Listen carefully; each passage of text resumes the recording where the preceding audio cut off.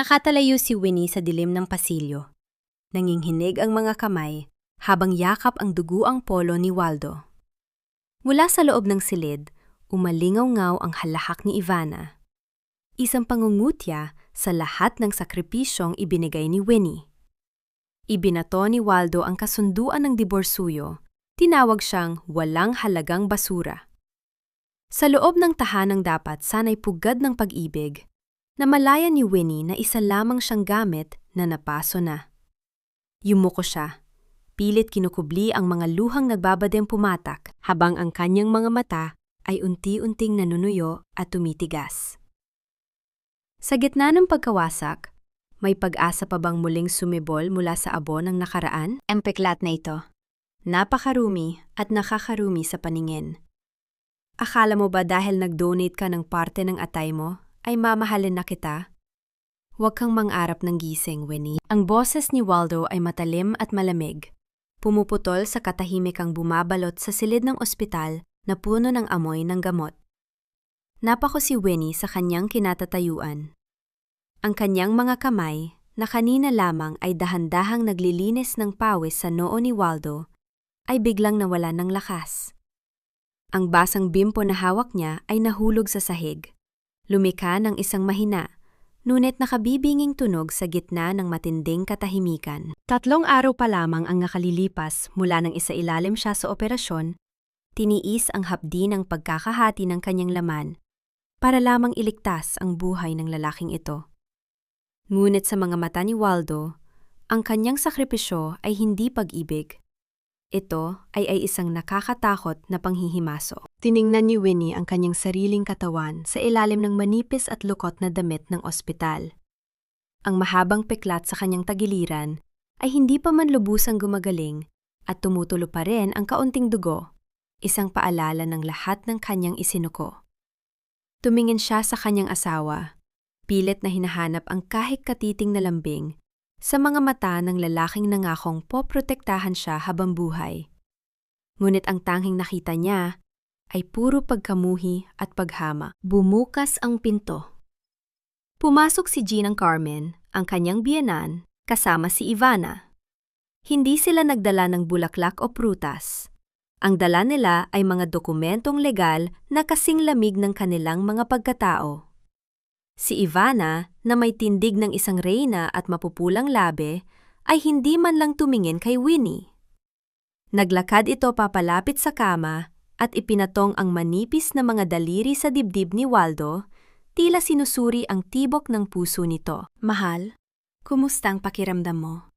Malambing na wika ni Ivana, isang eksenang sadyang ipinangalandakan sa harap ni Winnie, habang si Ginang Carmen ay binalingan ang manugang na may nanlilisik na mga mata. Winnie, tingnan mo ang iyong kinatatayuan. Malamig na wika ng biyenan. Ang kanyang mga mata ay parang kutsilong humahawi sa pagkatao ni Winnie. Huwag mong isipin na dahil nag-donate ka ng atay, ay may karapatan ka ng maghari sa bahay na ito.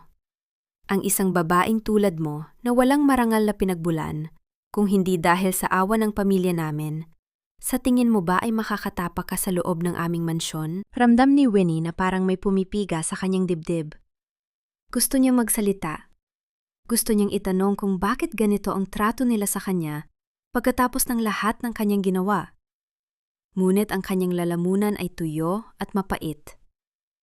Tumingin siya kay Waldo, ang lalaking mahal niya ng higit sa kanyang sariling buhay, na mahigpit na hawak ang kamay ni Ivana. Ang kamay na iyon, 1 linggo pa lamang ang nakalilipas, ay humaplos sa kanyang buhok at nangakong bubuo sila ng masayang pamilya. Umatake ang matinding pagkahilo sa kanyang tiyan, ngunit pinilit niyang panatilihing tuwid ang kanyang likod, kahit na ang kanyang mga tuhod ay nanginginig na sa tindi ng pagod at sakit. Winnie, pirmahan mo na ito, ani Waldo, habang itinutulak ang papel ng diborsiyo patungo sa kanya. Hindi siya tiningnan nito. Ang mga mata ni Waldo ay nakatuon lamang kay Ivana. Pirmahan mo na. Huwag kang mangang-arap na may madala ka sa labas ng bahay na ito, pati na ang batang nasa sinapupunan mo. Ayaw kong magkaroon ng anak ang isang babaeng nililibak ng lipunan. Kinuha ni Winnie ang ballpen, ngunit ang kanyang mga daliri ay sobrang nanginginig kaya hindi niya masulat ang sariling pangalan. Nakatayo siya doon, sa gitna ng silid ng ospital, nag-iisa at durog na durog. Ang lahat ng kanyang sakripisyo, ang lahat ng kanyang pagtitiis. Ito ba ang kapalit ng kanyang pagmamahal? Ang hapdi ng kanyang sugat sa tiyan ay wala kumpara sa kirot na nanunuot sa kanyang puso sa mga sandaling ito. Hindi na hinintay ni Winnie na matapos ang kanyang pag-iyak. Sa ilalim ng mapanuring tingin ng mga nurse sa hallway, mabilis siyang naglakad palabas. Bit-bit ang bigat ng mundong tila unti-unting gumuho sa kanyang balikat. Ngunit bago pa man siya makalayo, isang marahas na kamay ang humila sa kanyang braso. Saan ka pupunta? Tanong ni Ivana. Ang kanyang boses ay puno ng pait at huwad na awa. Kailangan mong pirmahan ang pag-aalis ng iyong karapatan sa ari-arian ni Waldo.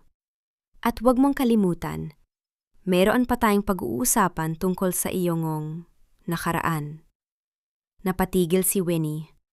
Ang kanyang puso ay tumibok ng mabilis dahil sa takot. Anong nakaraan ang pinagsasabi mo, Ivana? Wala akong tinatago sa inyo. Tumawa si Ivana. Isang tunog na parang basag na salamin sa pandinig ni Winnie. Lumapit si Ginang Carmen sa tabi ni Ivana. Ang kanyang mga mata ay naglalabas ng apoy ng pagkamuhi. Winnie, huwag kang magpaka-inosente. Nakita namin ang mga litrato at ang mga ulat. Ang iyong pagkaka-ospital noon? Iyan ba ay dahil sa isang aksidente o dahil sa isang maling desisyon na pilit mong ikinukubli? Nanigas ang buong katawan ni Winnie. Ang tinutukoy nila ay isang masakit na bahagi ng kanyang buhay na noon pa man ay naayos na niya. Isang maling akusasyon na pilit nilang binubuhay ngayon. Hindi totoo yan, pabulong na sagot ni Winnie. Ang kanyang boses ay halos mawala sa hanging dumarating sa pasilyo. Bakit niyo ginagawa ito sa akin? Hindi ba sapat na naibigay ko na ang lahat? Sapat? Ulit ni Ginang Carmen habang humahakbang papalapit ang kanyang bango na amoy mamoy mamahaling pabango ay nakakasulasok sa ilong ni Winnie. Ang sakripisyo mo ay isang transaksyon lamang. Binayaran mo ang iyong posisyon sa buhay at ngayon, tapos na ang kontrata. Habang naglalakad sila palayo, naiwan si Winnie na nakatayo sa gitna ng hallway. Naramdaman niya ang matatalim na tingin ng mga taong dumadaan na tila hinuhusgahan siya dahil sa mga bulong ni Ivana na sinadya nilang palakasin. Ang bawat hakbang ni Winnie ay mabigat. Ang bawat paghinga ay may kasamang hapdi ng kanyang sariwang sugat. Pagdating niya sa labas ng ospital, sinalubong siya ng malakas na buhos ng ulan. Hindi niya inalintana ang lamig. Sa kanyang isipan, paulit-ulit na tumutunog ang banta ni Waldo. Paano siya mabubuhay? Paano niya mapoprotektahan ang kanyang sarili at ang batang nasa kanyang sinapupunan kung ang buong mundo ay tila nakikipagsabwatan para siya ay wasakin? Naupo siya sa ilalim ng isang silungan. Niyakap ang kanyang sarili. Sa gitna ng dilim at ulan, isang anino ang lumitaw sa harap niya. Isang matandang babae na may dalang payong na matagal na palang nagmamasid sa kanya mula sa malayo. Bakit mo hinahaya ang yurakan nila ang iyong dignidad, iha? Tanong ng matanda. Ang kanyang boses ay mahinahon, ngunit may otoridad. Tumingala si Winnie. Ang kanyang mga mata ay puno ng pagkalito. Sino ka? Hindi sumagot ang matanda. Sa halip ay iniabot nito ang isang maliit na sobre na may tatak ng isang law firm. Ang katarungan ay hindi ibinibigay, Winnie. Ito ay ipinaglalaban. At sa mga susunod na araw, malalaman mo kung sino ang tunay na kaaway. Hindi na nagawang magtanong pa ni Winnie. Paglingat niya para sana habulin ang matandang babae, tila naglaho na ito sa gitna ng malakas na buhos ng ulan na parang isang panaginip na naputol. Ang naiwan na lamang sa kanyang palad ay ang maliit na sobre na may tatak ng isang law firm. Ang bawat patak ng ulan na tumatama sa kanyang balikat ay tila malamig na kamay na nagpapaalala sa kanya na wala na siyang matatakbuhan. Sa loob ng ospital, habang nakadungaw sa bintana, nakita ni Waldo si Winnie na nakaupo sa labas. basang-basa at tila isang pulubi. Ang kanyang mga mata ay walang emosyon, maliban sa isang bahagyang iritasyon. Hayaan mo siya, Waldo. Ang mga taong katulad niya ay kailangang maranasan ng hirap para matuto silang lumugar. Wika ni Ginang Carmen habang naglalagay ng lipstick sa harap ng salamin. Ivana, siguraduhin mong ang mga dokumentong inihanda ng abogado natin ay pirmado na. Hindi natin pwedeng hayaang magkaroon ng kahit anong claim ang babaeng yan sa ating kumpanya. Huwag kayong mag-alala, tita, sagot ni Ivana habang hinahaplos ang braso ni Waldo. Kinausap ko na ang mga tauhan natin sa accounting. Gagawa tayo ng paraan para magmukhang nagnakaw si Winnie ng pera ng kumpanya. Kapag naipakita natin siya ay isang magnanakaw, mawawalan siya ng anumang moral ground sa harap ng korte. Sa bawat salitang binitawan ni Ivana, tila isang dagdag na pasakit ang tumatama sa puso ni Waldo. Hindi dahil sa awa kay Winnie, kundi dahil sa pagkairita sa ingay ng sitwasyon. Ang kanyang pagmamahal ay tuluyan ng napalitan ng pagnanais na burahin ang lahat ng bakas ni Winnie sa kanyang buhay. Samantala, sa labas, pinuksan ni Winnie ang sobre. Sa loob nito ay isang flash drive at isang maikling sulat na nakasulat sa makalumang titik. Ang katotohanan ay hindi matatabunan ng kasinungalingan. Buksan mo ito sa tamang panahon. Naramdaman ni Winnie ang matinding kaba. Alam niyang kung mahuhuli siya ng mga tauhan ni Waldo, tiyak na kukunin nila ito sa kanya.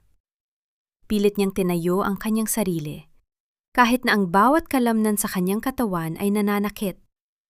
Hindi na siya ang babaeng tanga na magpapaapi ng walang laban.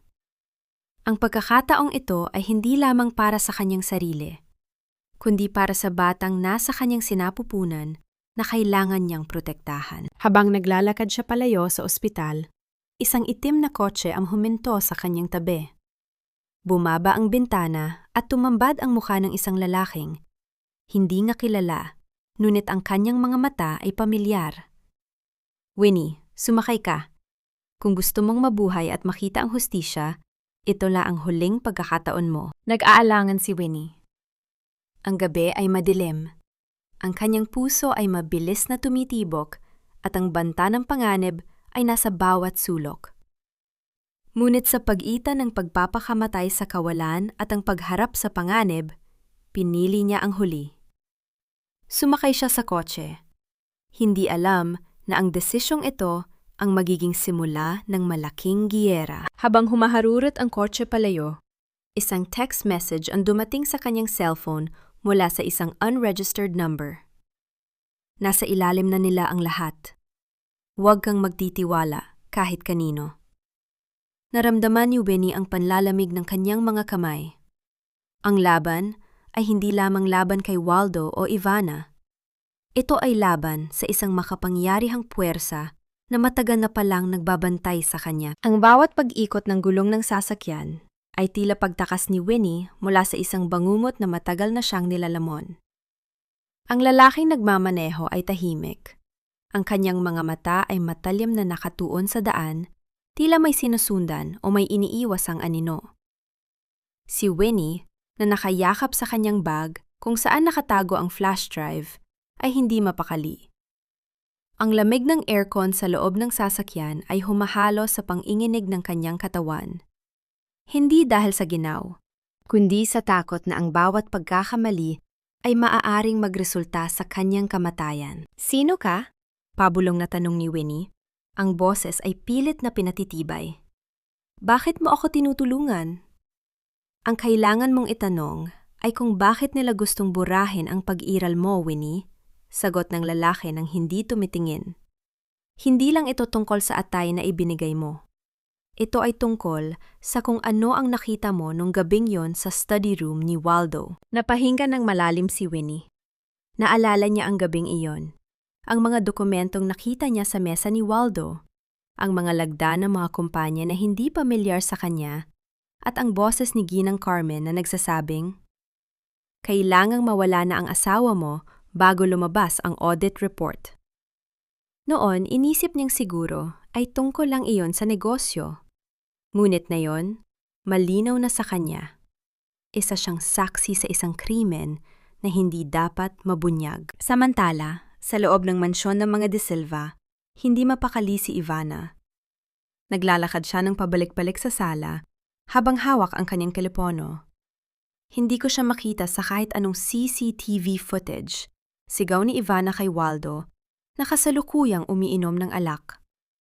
Paano kung may nakakuha sa kanya? Paano kung nakuha niya ang flash drive na iniwan ni Dad sa safety deposit box? Huminahon ka, Ivana, sagot ni Waldo. Ang kanyang boses ay may halong inis. Winnie is weak. Wala siyang kakayahan na lumaban. Gagamitin natin ang mga tauhan natin sa barangay. Ikalat niyo ang balita na siya ay nakipagkita sa ibang lalaki at naglayas dala ang pera ng kumpanya. Kapag naging wanted siya sa mata ng publiko, walang sinuman ang maniniwala sa kahit anong sasabihin niya. Isang mabalasik na plano. Gagamitin nila ang hiyang o kahihiyan para patahimikin si Winnie. Alam nila na sa kanilang lipunan, ang isang babaeng nasira ang reputasyon ay parang bangkay na hindi na kailangang ilibing. Sa loob ng ligtas na bahay, safe house, kung saan dinala ng lalaki si Winnie, agad ning isinaksak ang flash drive sa isang laptop. Ang mga mata ni Winnie ay nanlaki sa kanyang nakita. Hindi lang pala pagnanakaw ang ginagawa ni Waldo. Ito ay malawakang tax evasion at paggamit ng mga peking supply para sa kanilang mga ospital. Ang mismong lugar kung saan siya nagtrabaho bilang nurse. Napatay nila ang mga pasyente para pagtakpan ang kanilang mga pagkakamali. Pabulong na sabi ni Winnie. Ang boses ay nanginginig sa galit. At ikaw ang susunod na target para maging scapegoat, sagot ng lalaki habang naglalabas ng baril at nililinis ito. Pero hindi ko hahayaang mangyari yon. Hindi ako napunta rito para lang iligtas ka. Napunta ako rito para tapusin ang pamilyang sumira sa pangarap ng maraming Pilipino. Biglang tumunog ang telepono ni Winnie. Isang text mula sa numero ni Waldo. Nasaan ka? Umuwi ka na? May mga pulis na naghahanap sa'yo. Sabi nila, ninakawan mo raw ang kumpanya. Napahawak si Winnie sa kanyang ulo. Ang banta ay hindi na lang sa kanyang buhay, kundi pati na rin sa kanyang katayuan sa lipunan. Ang traps ay nakalatag na, at siya ay unti-unti nang napapaligiran. Hindi ako uuwi, Waldo. Bulong ni Winnie sa sarili habang nakatingin sa screen ng telepono. Sa bawat segundo, ramdam niya ang pag-init ng kanyang mga mata. Hindi dahil sa takot, kundi dahil sa wakas ay nakita niya ang kabuuan ng laro. Ang pagiging asawa ay isa lamang maskara, at ang kanilang pagsasama ay isang mahabang pagtatanghal kung saan siya ang biktima at sila ang mga direktor. Ano ang plano natin? Tanong ni Winnie sa lalaking nagngangalang Rico, ang dating auditor ng kumpanya na matagal na palang nag-iimbestiga sa mga De Silva. Tumingin si Rico sa bintana. Maingat na binubuksan ang kurtina para silipin ang labas. Ang mga pulis na tinutukoy ni Waldo ay hindi totoong alagad ng batas. Sila ay mga upahang tauhan ni Ginang Carmen. Kapag sumuko ka, hindi ka dadalhin sa presinto.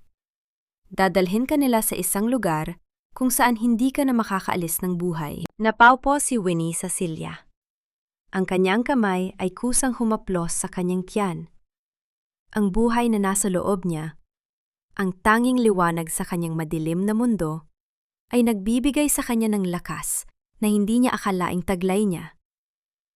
Hindi ako papayag na makuha nila ang lahat. Rico, kailangan nating ilabas ang ebidensyang ito sa social media. Yan ang tanging sandata natin. Mumiti ng mapait si Rico. Ang social media ay espada na may dalawang talim, Winnie. Kapag inilabas natin ito, kailangan mong maging handa na harapin ang lahat ng paninirang puri na gagawin nila laban sa'yo. Tatawagin ka nilang sinungaling, kabit, at magnanakaw. Handa ka bang mamatay ang iyong reputasyon para mabuhay ang katotohanan? Sandable tumahimik ang silid. Tumingin si Winnie sa kanyang refleksyon sa salamin. Ang dating Winnie na mapagkumbaba, mahiyain, at laging nakayuko, ay unti-unti nang naglalaho. Ang babaeng nasa harap niya ngayon ay may mga matang nagbabaga ng determinasyon. Wala na akong reputasyong natitira, Rico. Sinira na nila yon noong tinapon nila ako sa labas ng bahay na parang basura. Sagot ni Winnie na may diin sa bawat salita. Gawin natin. Habang nagtatrabaho si Rico sa laptop upang i-upload ang mga dokumento sa isang anonymous blog at social media page, si Winnie naman ay nagsimulang mag-ayos ng kanyang mga gamit. Alam niyang sa sandaling lumabas ang balita, hindi na siya maaaring magtagal sa safe house na ito. Biglang nag-vibrate ang teleponyo ni Winnie. Isang video call mula sa kanyang binan, si Ginang Carmen. Pinindot niya ang accept gamit ang nanginginig na mga daliri. "Winnie, iha," bungad ni Ginang Carmen. Ang boses ay puno ng mapanlinlang na lambing. "Bakit ka nagtatago? Umuwi ka na. Inaalala ka ni Waldo. At kung hindi ka uwi, baka mapilitan kaming ilabas ang mga litrato mo na kasamang iba pang lalaki sa motel. Alam mo namang marami akong kakilala sa media, 'di ba?" Naramdaman ni Winnie ang pagtaas ng kanyang dugo. Ang babaeng ito ay walang hangganan ang kasamaan. "Hindi ako natatakot sa inyo, Carmen," sagot ni Winnie. Ang kanyang boses ay kalmado, ngunit may talim. "Alam niyo ba kung ano ang nararamdaman ng isang taong wala nang mawawala? Iyon ang pinakamapanganib na tao sa mundo." Pinatay ni Winnie ang tawag, bago pa man makasagot ang matanda. Sa pag-click ng mouse ni Rico, isang notification ang lumabas.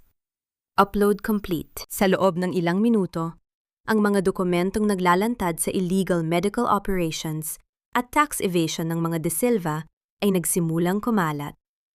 Ang bawat share at comment ay parang mga martilyong tumutuktok sa pundasyon ng imperyo ni Waldo. Ngunit sa likod ng bawat tagumpay na ito, alam ni Winnie na ang bagyo ay nagsisimula pa lamang. Hindi inakala ni Waldo at Ginang Carmen na ang isang mahina at sunod-sunuran na gaya ni Winnie ay may lakas ng loob na magpasabog ng katotohanan. Sa loob ng wala pang isang oras, ang internet ay naging isang malawak na arena ng galit. Ang mga dokumento, ang mga resibo, at ang mga video clips ng mga maling medical procedures ay kumalat ng parang apoy sa tuyong damo. Sa loob ng kanilang opisina sa hospital, ang katahimikan ay nababasag lamang ng sunod-sunod na tunog ng mga telepono. "Waldo, ano ang ginawa mo?" sigaw ni Ginang Carmen habang hawak ang kanyang tablet. Ang muka ay namumutla sa galit at takot. "Ang mga investor ay tumatawag. Sinasabi nilang binabawi na nila ang kanilang capital. Nawawala na ang tiwala ng publiko sa atin." Si Waldo, na kanina lang ay nag-aabala sa pag-aayos ng kanyang kurbata para sa isang press conference, ay nakatulala sa kanyang screen. Ang mukha niya, na dating hinahangaan ng marami bilang isang matagumpay na negosyante, ay ngayon ay pinapipiestahan ng mga meme at masasamang komento. "Winnie, ang babaeng yun," garalgal ang boses ni Waldo. "Papatayin ko siya. Nasaan ang mga tauhan mo? Bakit hindi niyo pa rin siya nahahanap?" "Hindi siya basta-basta nagtatago, Waldo," sabi ni Ivana na nanginginig ang mga kamay habang sinusubukang burahin ang kanyang social media accounts. "May tumutulong sa kanya. At based sa mga nakita ko, ang mga uploaded files ay galing sa server ng auditor ng kumpanya.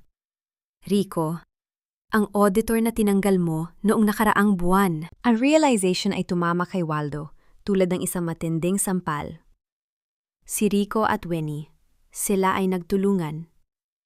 Ang kanilang nakaraan na akala nila ay nalibing na nila, ay muling hinukay at ipinapamuha sa buong bansa. Samantala, sa isang maliit na apartment sa labas ng lungsod, nakatingin si Winnie sa kanyang phone habang binabasa ang mga komento. Marami ang nagtatanggol sa kanya. Marami rin ang naguguluhan. Ngunit ang pinakamahalaga ay ang pag-usisa ng mga otoridad. "Winnie, kailangan nating lumipat na yun din," ani Rico habang nag-iimpake ng ilang kagamitan. Nakatuntun na ang mga tauhan ni Waldo sa signal ng iyong huling post. Tumayo si Winnie. Ang kanyang pagod ay napalitan ng adrenaline.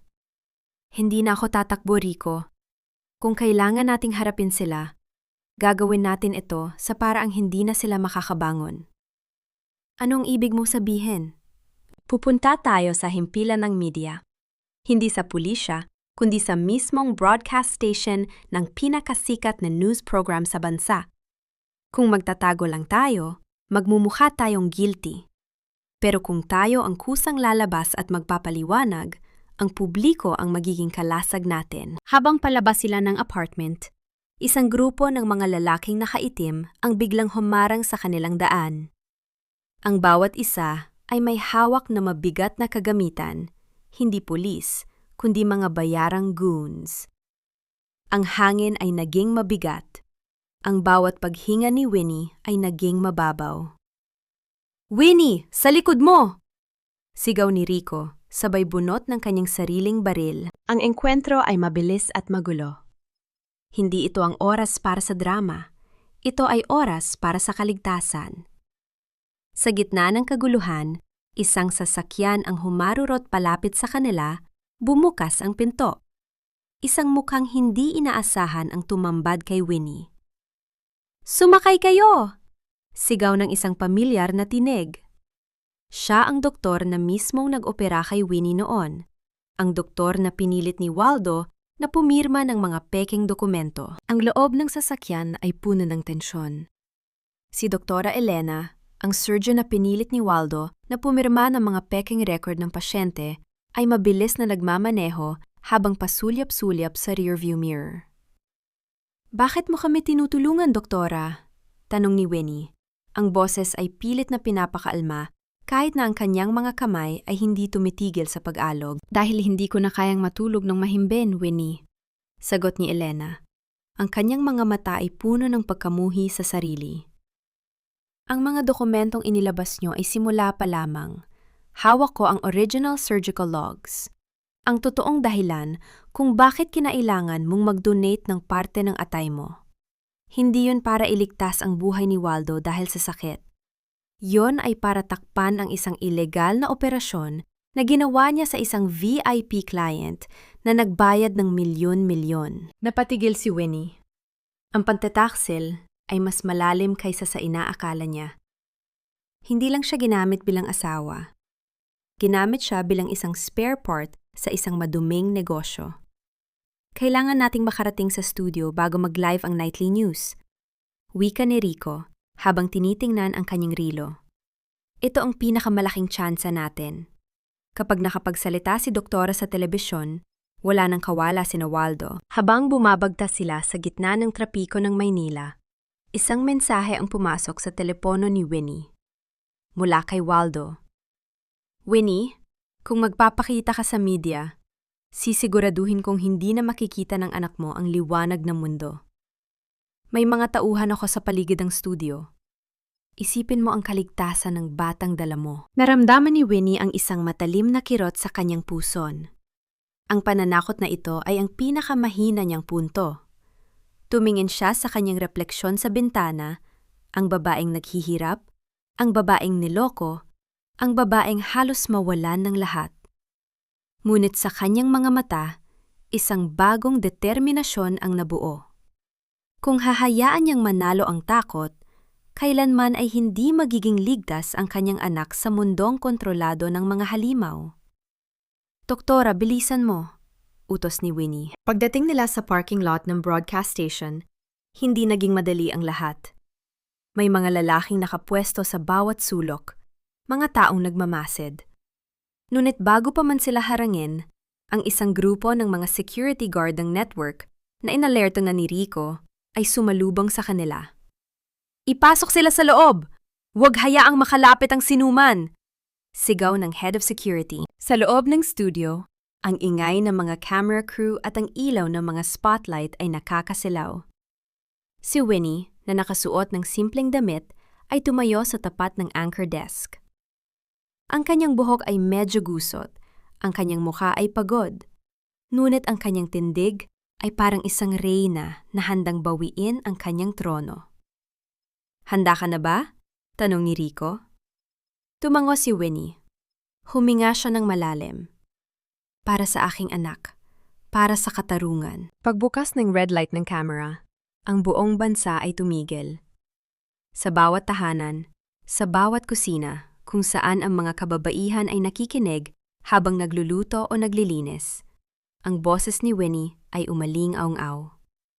Hindi ito boses ng isang biktima. Ito ay boses ng isang babaeng tapos na mapaalipin.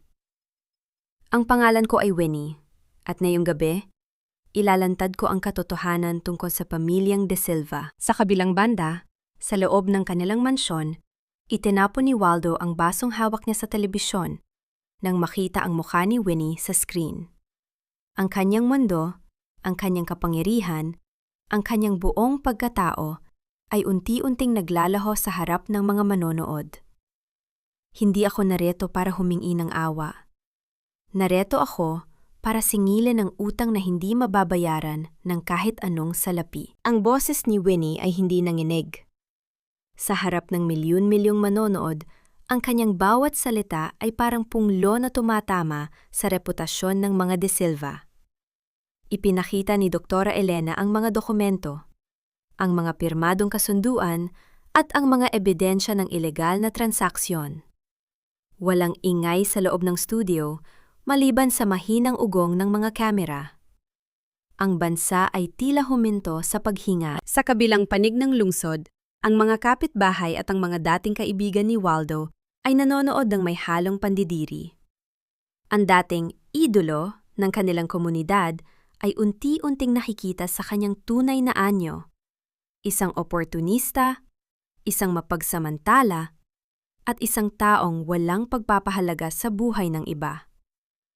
Waldo De Silva, tapos na ang panahon ng pagtatago mo sa likod ng iyong pangalan. Hamon ni Winnie sa kamera. Hindi pa man natatapos ang programa, nagsimula na ang mga sirens ng pulisya na umalingaw sa labas ng mansyon ng mga De Silva. Ang mga otoridad na binigyan ng go signal mula sa mataas na antas ng gobyerno dahil sa viral na ebidensya ay hindi na nagpatumpik-tumpik. Sa loob ng mansyon, si Ginang Carmen ay nagsisigaw sa kanyang abogado. Gawan niya ng paraan. Magbayad tayo kung kailangan. Ayokong makulong. Ngunit huli na ang lahat. Nang bumukas ang pinto, hindi pera ang sumalubong sa kanila, kundi ang mga posas na bakal. Si Waldo, na kanina lamang ay nagbabanta, ay nakatayo na ngayon sa isang sulok. Ang kanyang muka ay puno ng matinding takot at pagkalito. Ang kanyang pagmamataas, ang kanyang pag-aakalang siya ang hari ng mundo, ay gumuho sa loob lamang ng ilang minuto. Nang ilabas si Waldo at ang kanyang ina sa mansyon, dinumog sila ng mga tao. May naghagis ng mga nabubulok na gulay. May sumisigaw ng mga sumpa. Ang hiyang, kahihiyan, na matagal nilang ginamit para sa ibang tao, ay bumalik sa kanila ng 10 beses na mas matindi. Sa loob ng studio, pagkatapos ng broadcast, tuluyang gumuho ang pagod ni Winnie. Siya ay naupo sa isang tabi, humihinga ng malalim. Lumapit si Doktora Elena at hinaplos ang kanyang balikat. Ginawa natin ito, Winnie. Tapos na. Ngunit sa gitna ng tagumpay, may isang bagay na bumabagabag kay Winnie. Ang pag-aresto ay simula pa lamang ng isang mahabang proseso ng korte. Kailangan niyang manatiling matatag para sa kanyang anak. Paglabas ni Winnie sa studio, sinalubong siya ng mga mamamahayag. Ngunit hindi na siya ang Winnie na nagtatago. Sa unang pagkakataon, tiningnan niya ang mga kamera ng direkta. May ngiti ng kapayapaan sa kanyang mga labi. Ito ay para sa lahat ng kababaihang nawala ng boses, wika niya. Sa di kalayuan nakamasid si Rico, nakaniti ng matipid. Alam niyang ito na ang simula ng bagong buhay ni Winnie. Ngunit sa likod ng bawat tagumpay, laging may nakatagong panganib. Isang itim na sasakyan ang dahan-dahang lumayo mula sa parking lot. Sakay ang isang taong hindi nakikita sa gulo. Ang taong tunay na nagpapatakbo ng mga ilegal na operasyon sa likod ng pamilyang De Silva. Hindi pa tapos ang laban. Ang pugita ay may iba pang mga galamay na kailangang putulin. Ang tagumpay ay isang matamis na alak na madaling makalasing. Ngunit para kay Winnie, Ito ay nag-iwan ng mapait na pananabik sa kanyang lalamunan. Habang ang buong bansa ay nagdiriwang sa pagkakaaresto kina Waldo at Ginang Carmen, si Winnie ay hindi mapakali sa loob ng isang maliit na hotel kung saan siya pansamantalang nagtatago. Hindi sila ang mga tunay na may-ari ng lahat ng ito, Winnie. Ani Rico, habang nakatitig sa mga dokumentong nakuha nila mula sa hard drive ng kumpanya. Si Waldo ay isa lamang tauhan. Si Ginang Carmen ay isa lamang tagatago. Ang tunay na nagpapatakbo ng sindikato ay isang taong mas makapangyarihan pa sa mga De Silva. Sino siya? Tanong ni Winnie. Inilabas ni Rico ang isang lumang litrato mula sa archive ng kumpanya. Isang lalaking may edad na, nakasuot ng mamahaling barong, nakatayo sa tabi ng mga matataas na opisyal ng gobyerno. Don Valeriano. Siya ang benefactor ng ospital. Siya ang nagpopondo sa lahat ng illegal na operasyon.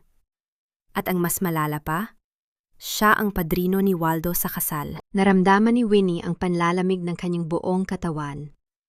Hindi lang pala pamilya ang kinalaban niya, kundi isang institusyon. Kinabukasan, habang bumibisita si Winnie sa kulungan upang harapin si Waldo, ang kanyang mga mata ay puno ng determinasyon. Pagpasok ni Waldo sa loob ng interview room, ang kanyang anyo ay hindi na ang mapagmataas na negosyante.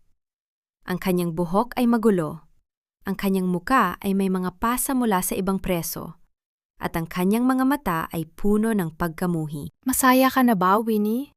Nawala na ang lahat sa akin, sigaw ni Waldo. Pilit na hinahampas ang salamin na naghihiwalay sa kanila. Akala mo ba tapos na ito? Si Don Valeriano. Hindi niya hahayaang makawala ang isang basurang gaya mo. Ngumiti si Winnie ng matamis. Isang ngiti na walang halong galit, kundi awa. Waldo, akala mo ay ikaw ang hari. Pero sa totoo lang, isa ka lang piyesa sa chess na isinakripisyo para hindi matamaan ng hari. Sa tingin mo ba ililigtas ka nila? Sa tingin mo ba ay hindi nila ipapapatay ang lahat ng ebidensya kasama ka na? Natigilan si Waldo. Ang kanyang mga mata ay bahagyang kumurap sa takot. Sabihin mo sa akin kung nasaan ang mga record ng mga pasyenteng pinatay nyo. Pagpapatuloy ni Winnie. Yan lang ang tanging paraan para maging saksi ka at mabawasan ang sentensya mo. Kung hindi, ikaw ang magiging fall guy. Ikaw ang magbabayad para sa mga kasalanan ni Don Valeriano. Hindi ko siya maaring traidorin. Pabulong na sagot ni Waldo. Kung gayon, mananatili kang bilanggo habang buhay. Sagot ni Winnie sabay tayo. Pero tandaan mo, Waldo, ang anak ko, ang batang iniwan mo, ay hindi lalaking magtatago sa anino ng isang krimen. Lalaki siya na may dangal. Iyan ang hindi mo kailanman magiging. Paglabas ni Winnie sa bilangguan, sinalubong siya ng malakas na hangin. Ramdam niya ang presensya ng isang itim na SUV na nakapark sa malayo. Isang lalaking nakasuit ang bumaba at naglakad patungo sa kanya. Binibining Winnie, bati ng lalaki. Ang boses ay seryoso. Pinapatawag kayo ni Don Valeriano. Gusto niyang mag-alok ng isang kasunduan na hindi niyo matatanggihan. Tumingin si Winnie sa lalaki, pagkatapos ay sa SUV. Alam lang ito na ang huling pagsubok. Kung susunod siya, maaaring makuha niya ang lahat ng pera at kaligtasan. Pero kung tatanggi siya, maaari siyang mawala ng parang bula. Sabihin mo sa kanya, sagot ni Winnie habang humahakbang papalapit sa lalaki, na ang oras ng mga tulad niya ay tapos na. Hindi na ako nakikipagkasundo sa mga halimaw. Ang mga salita ni Winnie ay parang isang matalim na latay sa dangal ni Don Valeriano. Mula sa loob ng madilim na SUV, ang anino ng matandang lalaki ay hindi man lang gumalaw, ngunit ramdam ni Winnie ang bigat ng panganib na nakapalibot sa kanya. Nang tumangi si Winnie, ang lalaking nakasuit ay bahagyang ngumisi. Isang ngising walang kagalakan, puro banta lamang. Nakakasayaw ka sa bingit ng bangin, binibini. Wika ng lalaki, bago sumakay sa sasakyan at humarurot palayo. Hindi nagtagal ang katahimikan. Sa paglalakad ni Winnie pauwi, napansin niya ang mga sasakyang tila laging nakasunod. Ang bawat sulok ng kalsada ay nagiging bitag. Pagdating niya sa kanyang tinutuluyang hotel, sinalubong siya ng isang nakabukas na pinto. Ang kanyang gamit ay nakakalat, at ang laptop na naglalaman ng mga huling backup files ay nawawala. "Rico!" Tawag ni Winnie, ngunit walang sumagot. Pumasok siya sa banyo at nakita ang isang sobre sa salamin. "Huling babala. Huwag kang muling haharap sa kamera o ang susunod na makikita mo ay ang kawalan." Ang takot ay bumalik, ngunit sa pagkakataong ito, sinabayan ito ng matinding galit. Hindi na lang ito tungkol sa hustisya.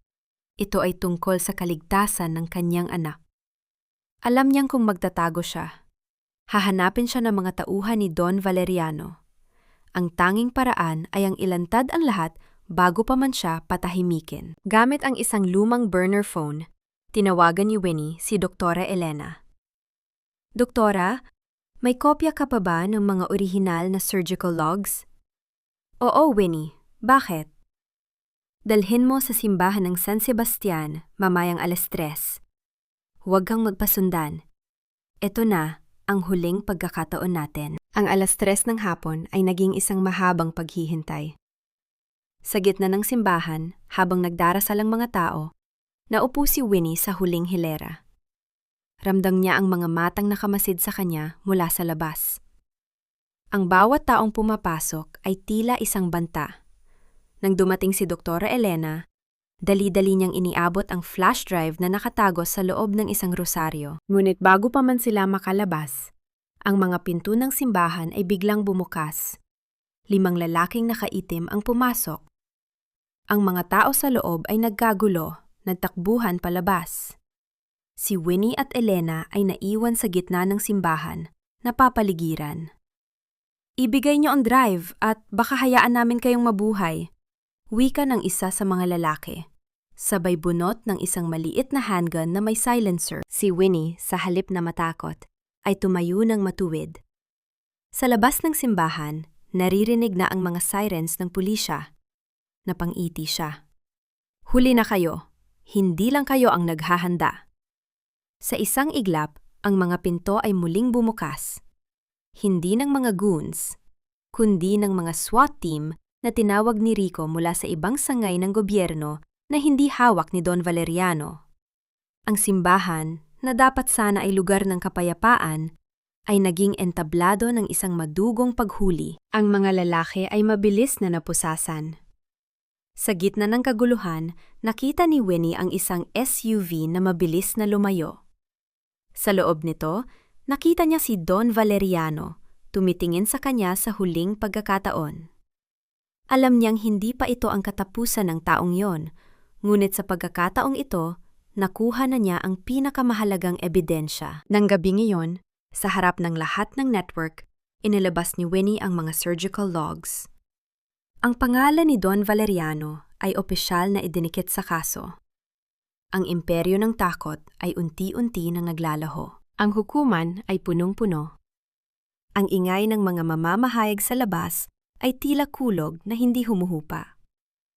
Sa loob ng courtroom, ang hangin ay mabigat, puno ng tensyon at kaba. Si Winnie, na nakasuot ng disente at maayos na damit, ay nakaupo sa witness stand. Sa kanyang tapat, nakaupo si Don Valeriano, ang taong sa loob ng maraming dekada ay itinuring na untouchable. Ngayon ay mukhang matanda at lupaypay, na nakasuot ng orange na uniform ng bilanggo. Nang tumayo si Winnie upang magbigay ng testimonya, ang lahat ay tumahimik. "Hindi lang ako ang biktima," panimula ni Winnie. Ang boses ay malinaw at puno ng otoridad. Ang bawat pasyenteng pinabayaan, ang bawat pamilyang sinira, at ang bawat buhay na nawala dahil sa kasakiman ni Don Valeriano ay narito sa loob ng silid na ito sa pamamagitan ng katotohanang ilalahad ko. Sa loob ng maraming oras, isa-isang nilantad ni Winnie ang lahat. Ang paggamit sa kanya bilang donor, ang pagtatakip sa ilegal na operasyon, at ang sistematikong pagwasak sa kanyang pagkatao. Walang emosyon ang mukha ni Don Valeriano. Ngunit sa bawat detalye na ibinabato ni Winnie, unti-unting nakikita ang pagbabago sa ekspresyon ng mga hurado. Waldo de Silva, tawag ng abogado ng prosekusyon. Si Waldo, na dinala mula sa bilangguan, ay mukhang anino na lamang ng kanyang dating sarili. Nang tumingin siya kay Winnie, nakita niya ang isang babaeng malaya. Ang babaeng dating ang minata, ngayon ay siyang may hawak ng kanyang tadhana. Sa puntong ito, hindi na nagawa ni Waldo na magsinungaling para sa kanyang padrino. Ang takot na mamatay sa loob ng bilangguan ng mag-isa ay nanaig. Si Don Valeriano ang nag-utos sa akin, pag-amin ni Waldo, ang boses ay mahina, ngunit rinig ng lahat. Siya ang nag-utos na ikulong si Winnie sa ospital at paslangin ang sinumang hahadlang sa kanyang mga plano. Ang buong courtroom ay naghiyawan. Ang mga taga-suporta ni Don Valeriano, na dati ay nagtatangkang takutin ang mga saksi, ay unti-unting nag-alisan. Ang kanilang hari ay nalantad na bilang isang ordinaryong kriminal. Pagkatapos ng pagdinig, habang palabas si Winnie, isang mamamahayag ang lumapit. Winnie, anong mensahe mo sa mga babaeng biktima ng pang-aabuso na nakapanood sa'yo? Huminto si Winnie. Tumingin siya sa lente ng kamera at sa pagkakataong ito, hindi siya nakatingin sa mga tao. Nakatingin siya sa bawat babaeng nangangailangan ng lakas. Ang takot ay isang pader na kayo mismo ang nantayo. Maari niyo itong gibain, wika niya.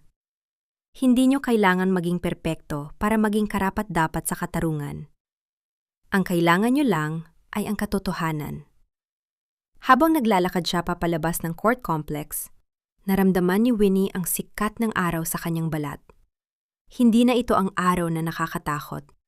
Ito ang araw na nagbibigay buhay.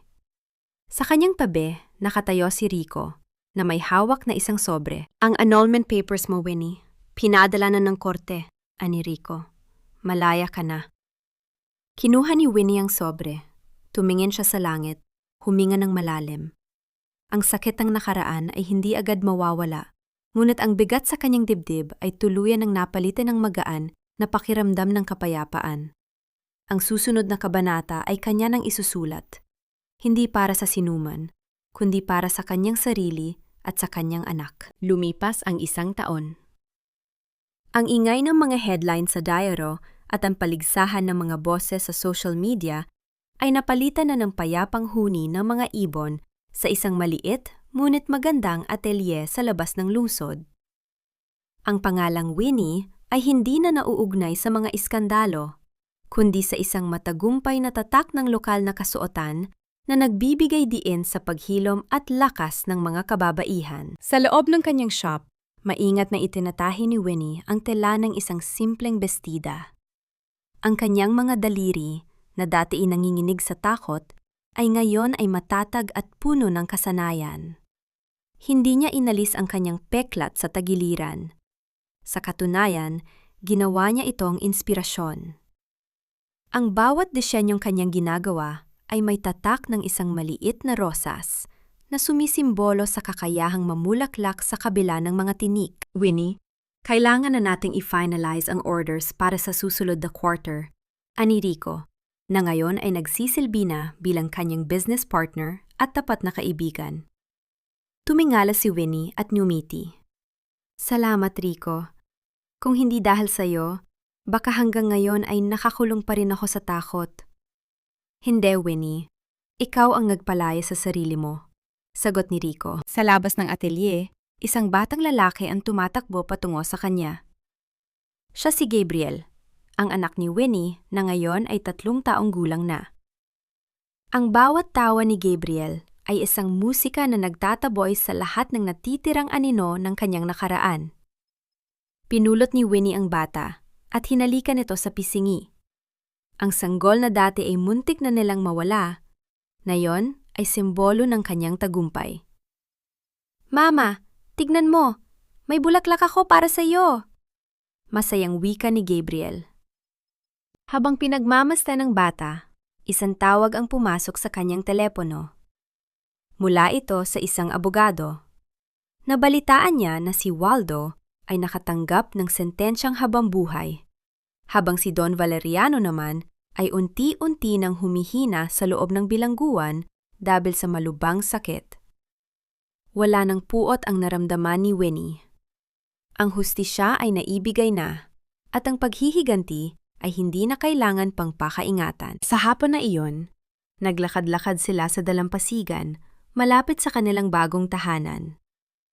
Ang dagat, na dati kasing gulo ng kanyang isipan, ay ngayon ay payapa at malawak. Winnie? Isang pamilya na tinig ang tumawag sa kanya. Lumingon si Winnie at nakita si Doktora Elena. Magkasama silang naglakad sa buhanginan. Kumusta ang buhay, Winnie? Masaya, Elena. Sa wakas, pagmamay-ari ko na ang sarili kong oras, sagot ni Winnie. Alam mo, marami akong nakikitang babae na dumadaan sa pinagdaanan mo. Ang tanong nila ay palaging, paano ba makaka-move on? Ngumiti si Winnie. Tinitignan ng papalubog na araw. Ang pag-move on ay hindi paglimot. Ito ay ang pagtanggap na nangyari ang lahat. At ang pagpili na hindi ito ang magtatakda ng hangganan ng iyong bukas. Ang bawat sugat ay kwento ng iyong katatagan. Habang papalubog ang araw, iniwan ni Winnie ang lahat ng bigat ng nakaraan sa dalampasigan. Ang kanyang bagong buhay ay hindi na nakabase sa kung sino siya noon, kundi sa kung sino siya ngayon. Isang ina, isang manlilika, at isang babaeng malaya. Isang tahimik na hapon, habang nag-aayos si Winnie ng mga tela para sa isang bridal gown, isang bisita ang dumating sa kanyang atelier. Hindi ito isang kliyente. Ang lalaking nakatayo sa pintuan ay mukhang matanda na, payat, at may mga mata na tila pasan ang buong bigat ng pagsisisi. Si Waldo, pinayagan siya ng otoridad na lumabas ng panandalian para sa isang compassionate visit dahil sa malalang sakit ng kanyang ama. Ang dating makisig na Waldo ay isang anino na lamang ng kanyang dating sarili. Winnie, ang boses nito ay paos, halos hindi marinig. Hindi ako pumunta rito para humingi ng tawad.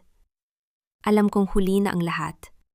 Gusto ko lang makita kung paano ka nabuhay. Tumigil si Winnie sa kanyang ginagawa. Dahan-dahan siyang humarap. Walang galit sa kanyang mga mata, walang pagkamuhi, at lalong walang pagmamahal. Ang tanging naroon ay ang kawalan ng pakiramdam, ang tunay na tanda ng paglaya. Nandito ako, Waldo, sagot ni Winnie. Nabuhay ako sa kabila ng lahat ng ginawa niyo. Nakita ko ang mga unang hakbang ni Gabriel. Naramdaman ko ang tunay na kaligayahan na hindi mo kailanman ibinigay sa akin. Lumapit si Waldo sa mesa kung saan nakapatong ang disenyo ng damit. Hinaplos nito ang tela ng may pag-iingat. Napaganda nito. Dati, noong magkasama pa tayo, hindi ko man lang napansin ang galing mo. Palagi kitang kinukutya, palagi kitang sinasabing walang kwenta. Dahil kailangan mong maniwala na wala akong kwenta para manatili akong nasa ilalim mo, wika ni Winnie. Ang pagyurak mo sa akin noon ay pagtatakip mo lang sa sarili mong kawalan ng halaga. Yumuko si Waldo. Ang mga luha ay nagsimulang pumatak sa tela. Sana naging mabuti akong asawa. Sana hindi ako naging alipin ng impluwensya ng aking ina at ni Don Valeriano. Ang pagsisisi ay hindi pambura ng nakaraan, Waldo, ani Winnie.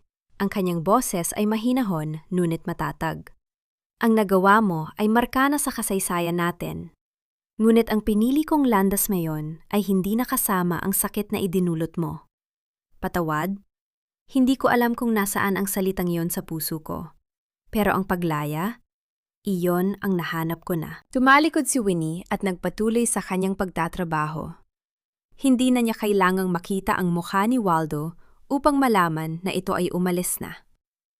Nang marinig niya ang pagbukas at pagsara ng pinto, isang mahabang buntong hininga ang kumawala sa kanyang dibdib. Ang huling pintig ng kanyang nakaraan ay huminto na. Wala nang banta, wala nang takot. Ang atelier ay muling napuno ng katahimikan maliban sa tunog ng makina ng pananahi. Si Gabriel ay tumakbo papasok. Bitbit ang isang laruang eroplano. "Mama, look! I can fly!" Nakanghiting niyakap ni Winnie ang kanyang anak. "Yes, anak. We can both fly now." Sa labas, ang araw ay patuloy na sumisikat. Ang mga sugat ay naging peklat na lamang, at ang peklat ay naging bahagi ng kanyang kwento ng tagumpay. Wala na ang takot. Ang tanging natitira ay ang kinabukasan na siya mismo ang humabi, sinulid-sinulid, hanggang sa maging isang matibay na tela ng bagong buhay. Lumipas ang maraming taon, at ang atelya ni Winnie ay kilala na ngayon sa buong bansa, hindi lamang dahil sa ganda ng mga kasuotan nito, kundi habel sa advokasya nito para sa mga kababaihang dumaan sa matinding pagsubok. Si Winnie ay hindi na lamang isang negosyante. Siya ay naging isang simbolo ng pag-asa. Sa isang maulan na hapon, nakaupo si Winnie sa kanyang beranda. Hawak ang isang mainit na tasa ng tsaa. Sa kanyang tabi, ang kanyang anak na si Gabriel ay abala sa pagbabasa ng kanyang mga libro para sa kolehiyo. Ang tanong na madalas itanong ng mga tao sa kanya, "Napatawad mo na ba sila?" ay sumage sa kanyang isipan. Sa wakas, natagpuan na niya ang sagot. Ang pagpapatawad para kay Winnie ay hindi nangangahulugan ng paglimot sa mga masasamang ginawa ni Waldo o ng mga De Silva. Hindi rin ito pagbabalik sa kung ano sila noon. Ang pagpapatawad ay ang pagputol sa tanikala ng pot na matagal na nagpabigat sa kanyang puso. Ito ay ang pagpapalaya sa kanyang sarili mula sa kulungan ng utang na loob at hiyang na ipinilit nila sa kanya. Napatawad niya ang kanyang sarili dahil sa matagal na panahong hinayaan niyang maliitin siya. At dahil doon, natagpuan niya ang pinakamahalagang kayamanan, ang tunay na kapayapaan. Ang kapayapaan ay hindi ang kawalan ng gulo sa buhay, kundi ang kakayahang manatiling matatag sa gitna ng bagyo.